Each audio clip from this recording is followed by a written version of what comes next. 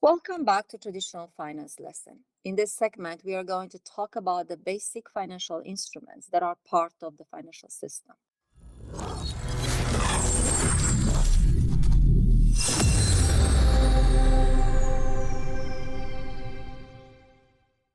The common instruments that we see are bonds or fixed income, equity or stocks, derivatives such as options, forwards and futures, insurance, and so on. So what's interesting about all those securities is that they have payoffs that are defined over time.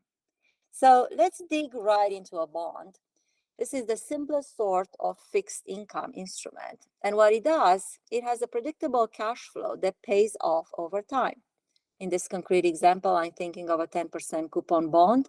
That means that the coupon payment or the interim payment is $10 of the face value. In this case, the face value is $100. So how does the cash flow look like?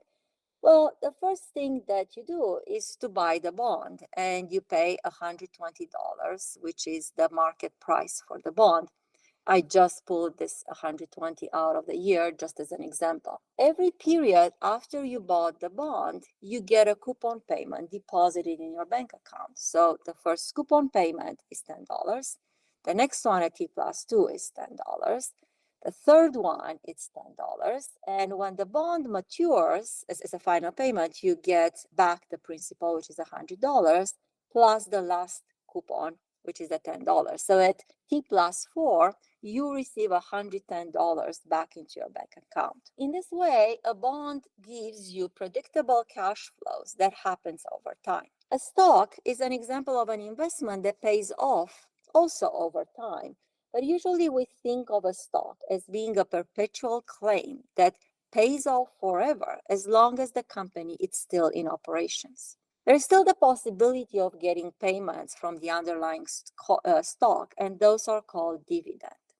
So what makes this different from a bond is that the dividend payments are discretionary, and they depend on if the company is doing well.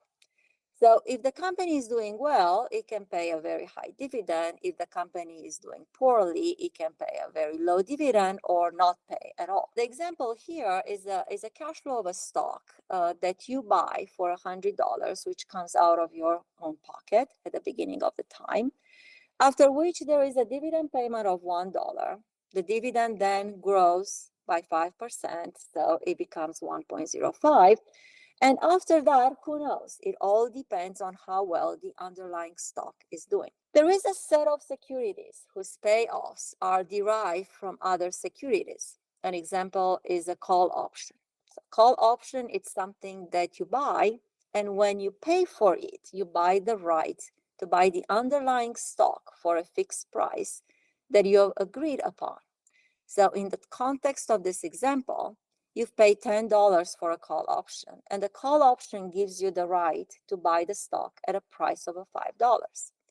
At any point in time, the payoff from having this call option is going to be the difference between the current traded price and $5. This can be positive or negative. It all depends if the current traded price is above or below $5. But because it can be negative, you are never forced to actually exercise an option. You can just essentially throw it away. If it's possible, of course, you probably want to exercise it because you're going to make a profit. Similarly, you can have options to sell the underlying security. Those are known as put options. So in the context of this example, somebody is paying $10 for a put option that gives them the right to sell the stock at the price of $5.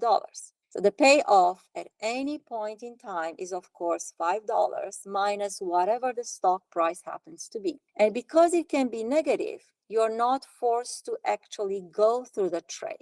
You have the options to trade or not to trade. Again, depends on the state you are in and is defined by the underlying stock price.